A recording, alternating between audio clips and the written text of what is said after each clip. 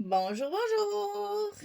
Allez, on se retrouve de nouveau pour continuer notre album Cozy Winter de Stamperia dans le cadre de la boutique Hélène Scrap Score. Et on attaque le bloc numéro 4 avec la page numéro 7. Alors là, je me suis beaucoup servi de ces découpes-là, ces deux-là. Je les ai mis presque sur toutes les pages. Vous allez voir à la fois pour faire des pochettes, pour glisser les cartes, mais aussi pour faire comme on a fait dans la page précédente, pour cacher les ajouts de papier. Parce que là, on arrive au dernier bloc, donc on travaille beaucoup avec des chutes. Il nous reste que très peu de grands formats en papier. Donc, j'ai fait des petits ajouts pour les emplacements en photo. Et donc, vous allez voir, je me suis servi de ces petites découpes-là pour à la fois servir de pochette et également pour cacher un petit peu le patchwork que je suis obligée de faire pour avoir un maximum de papier pour pas faire de gaspillage. Voilà, alors ici on a 4 éléments à rajouter. Donc le premier, ça va être celui du bas. Il fait 9,4 sur 20. Et sur le côté 9, on va plier à 6, alors là, attention.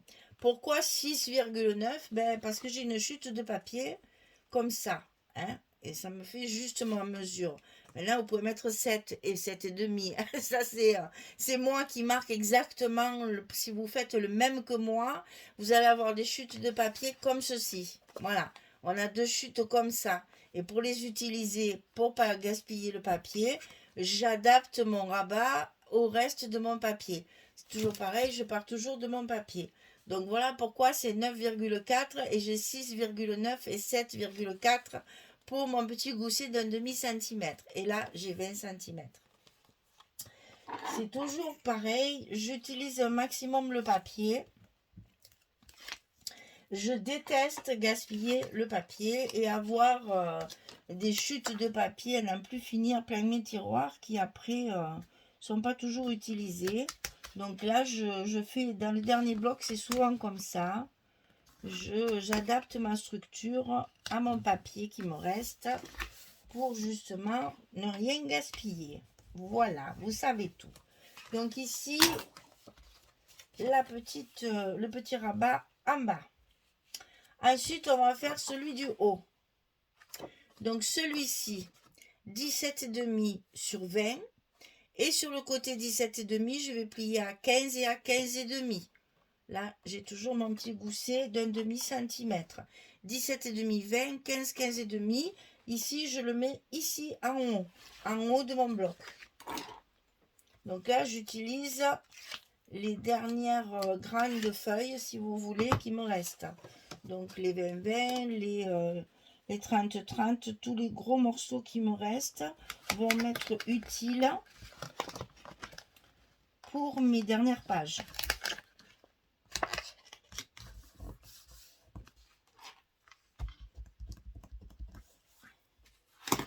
Donc ici, j'ai collé ma languette. Je refais bien mon petit gousset. Et c'est là qu'on mettra nos aimants. Que je vais sortir pour ne pas les oublier. Ensuite, on a deux petites cascades de chaque côté. Ici, à l'intérieur de notre enveloppe, de notre bloc. Donc ici, c'est 13 sur 16. Je plie à 11. C'est tout simple. Et je le coupe deux fois. 13, 16, le côté 13, on plie à 11 pour notre languette à glisser à l'intérieur de notre bloc du côté gauche et du côté droit. Là, il n'y a pas de centre, ils font exactement la hauteur. Donc, on peut y aller sans risque. Pas besoin de faire des repères. Il est reparti avec moi. Ça y va dans la longueur, puisque ça fait du 16 cm. Et on colle l'autre de l'autre côté.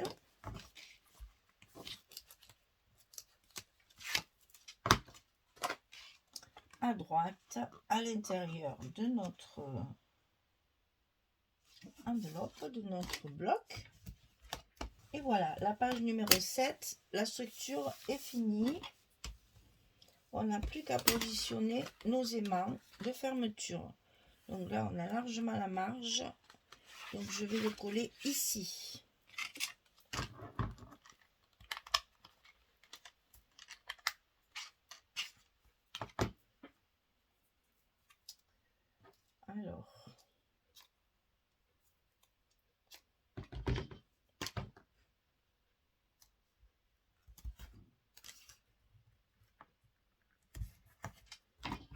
Voilà les deux premiers. Après, il va m'en mettre là. Donc, on va chercher la réserve.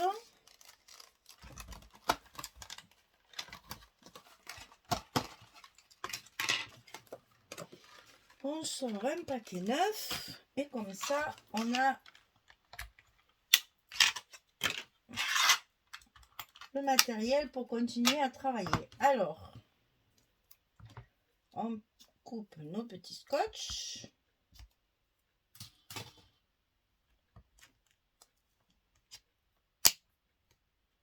En voilà un, en voilà deux.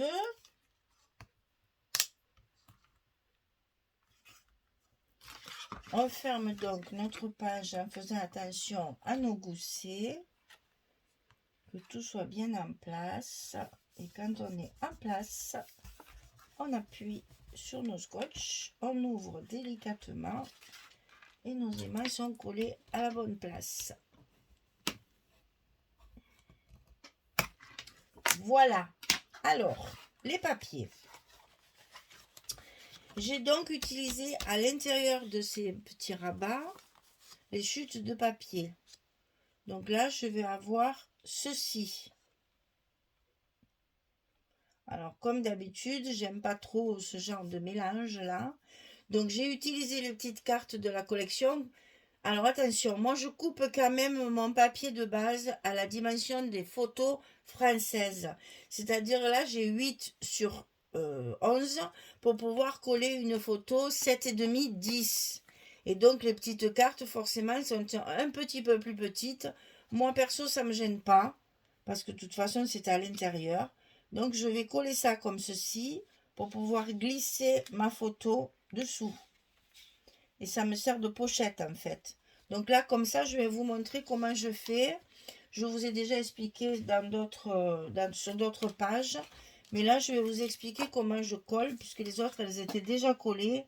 J'ai pas pu vous montrer exactement.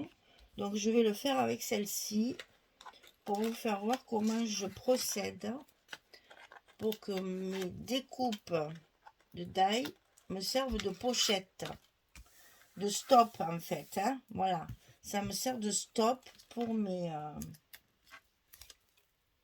mettre mes photos.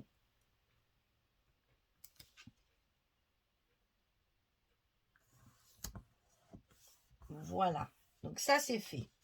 Donc ça, je vous ai déjà montré comment on collait la découpe sur le papier de base, enfin le papier matage. Donc ici, je vais mettre ça comme ça.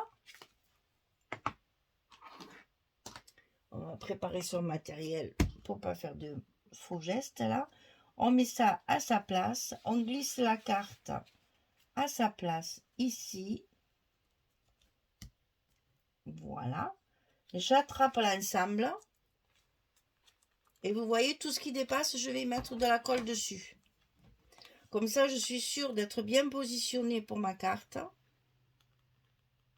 Et ma découpe sera bien collée.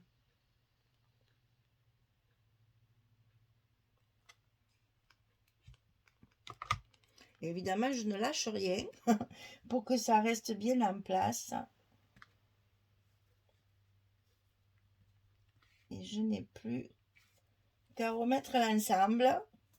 Là, j'enlève tout de suite ma carte au cas où ma colle, elle déborde un petit peu. En principe, j'en mets pas beaucoup, donc ça déborde pas.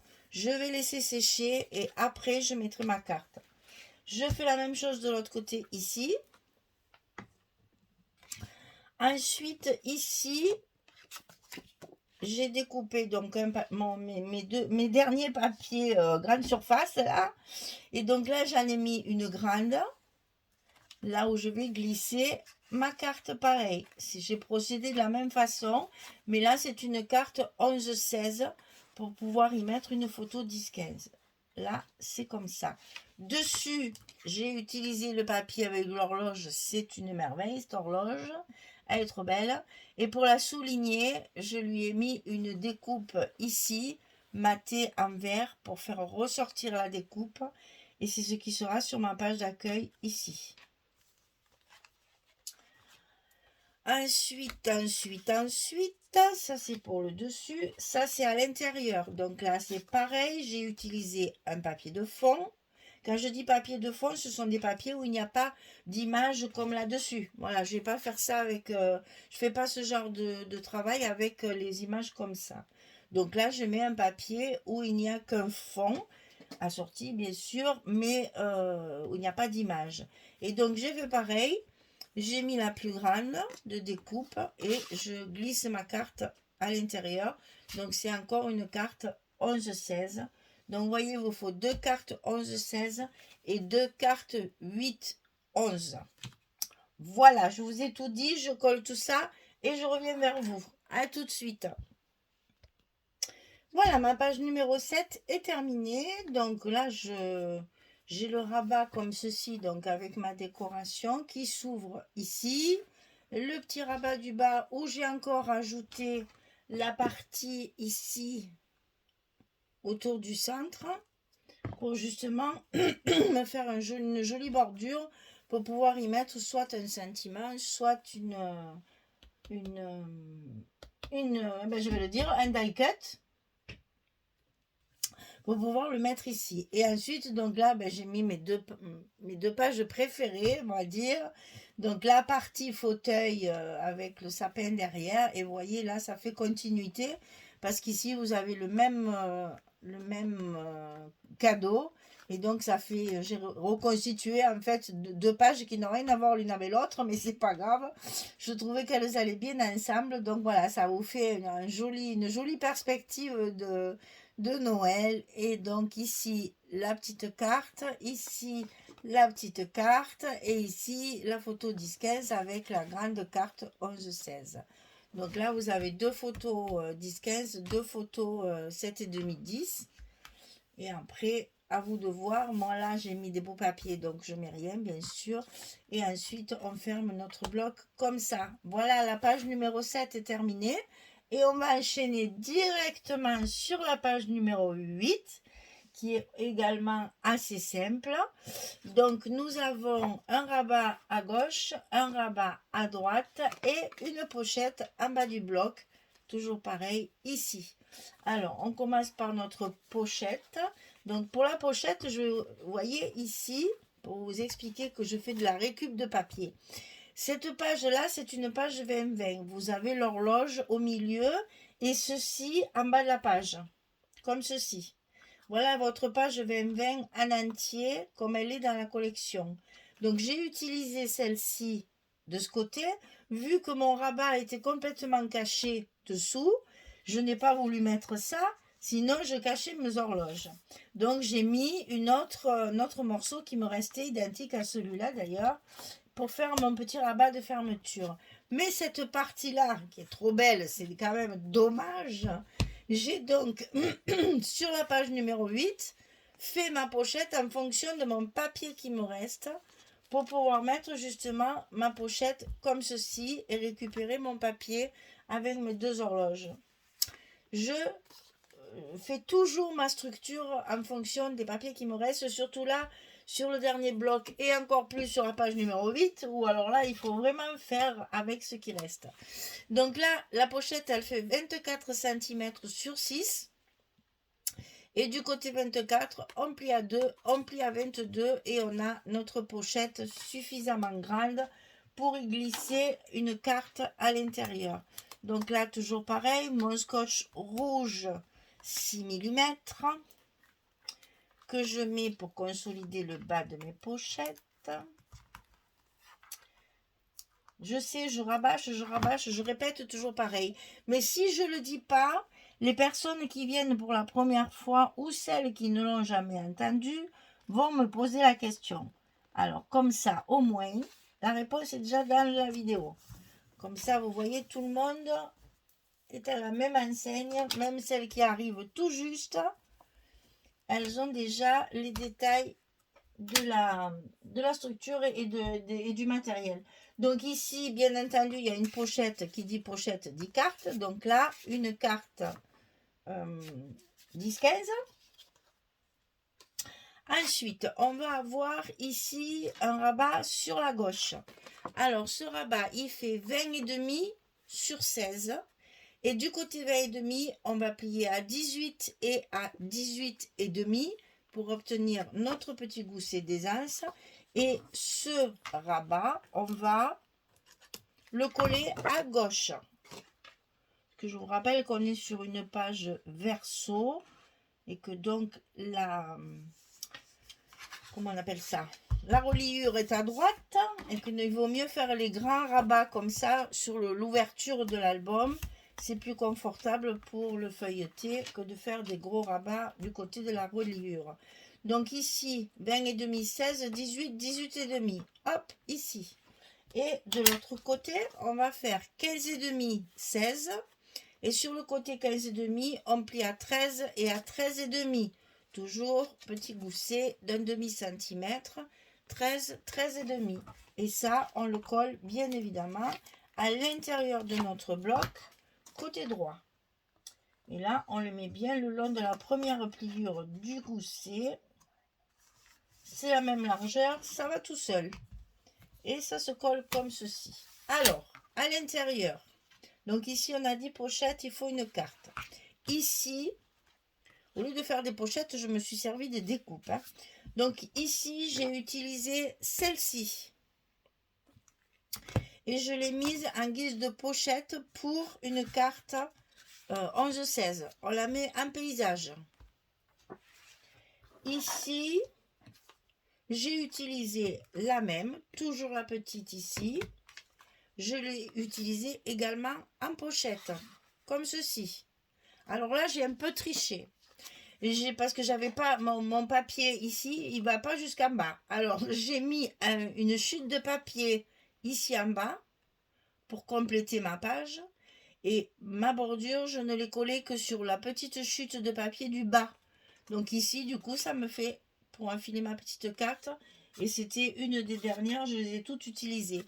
Les petites cartes qu'il y a dans la collection et ça fait pochette. Ça, c'est pour des photos 7,5 10 qui sont la moitié du format 10-15. Et ça va de ce côté. Voilà, après tout le reste, c'est toujours pareil. J'ai gardé des grands morceaux comme ceci pour pouvoir... il faut mettre nos aimants. Là, j'ai dit de le mettre là pour pas les oublier. Donc, c'est ce qu'on va faire tout de suite. Avant de coller les papiers, on va coller nos aimants. Alors, est-ce que je le colle comme ça? Est-ce que je le colle comme ça? À vous de choisir parce que moi, de toute façon, c'est le même papier que j'ai d'un côté comme de l'autre. Donc, je pense que je vais quand même glisser le grand rabat par-dessus. Ça fait quand même plus joli parce que là, je vais couper ma fleur en deux. Ouais, j'aime mieux comme ça. Donc, c'est mon côté gauche qui sera sur mon côté droit. Je vais donc mettre mes aimants ici.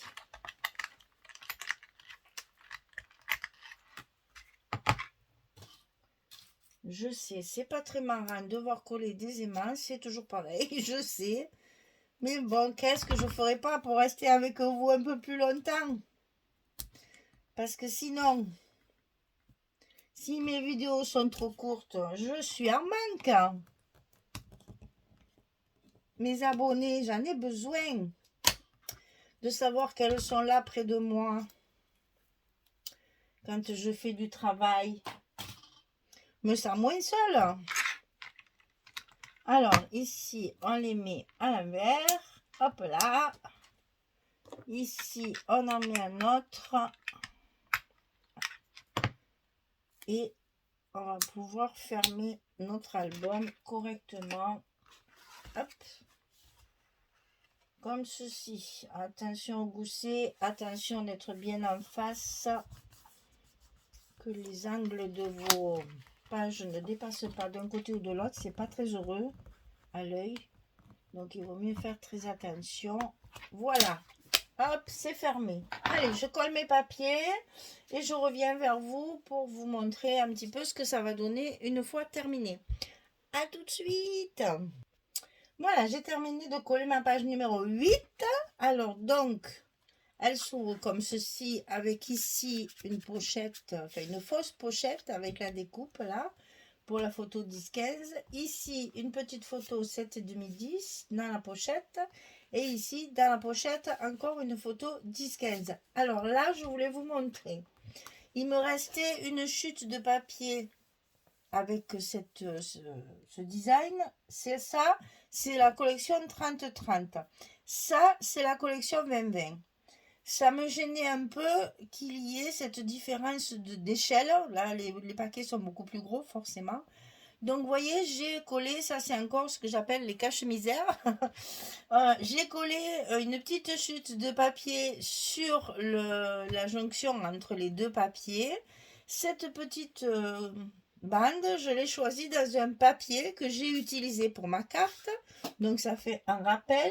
Et que j'ai utilisé également ici pour ma carte, ici. Donc, vous voyez, on essaye de rester cohérent, même quand on fait des cache-misères, que tout soit bien assorti, pardon. Donc voilà, la page numéro 8 est terminée. Quand j'ai vu ce grand espace, je me suis dit, un plaisir, on va pouvoir la décorer, mais alors avec mes die cuts ici, là, mon strass, ma dentelle, ça va être magnifique. Parce que tous mes petits die cuts, là, ils sont prêts, ils attendent, ils sont chauds. Nous arrivons, puisque nous avons fini notre 4e et dernier bloc. On va pouvoir attaquer la décoration. Alors, la décoration, vous savez que c'est la partie préférée du scrap pour moi.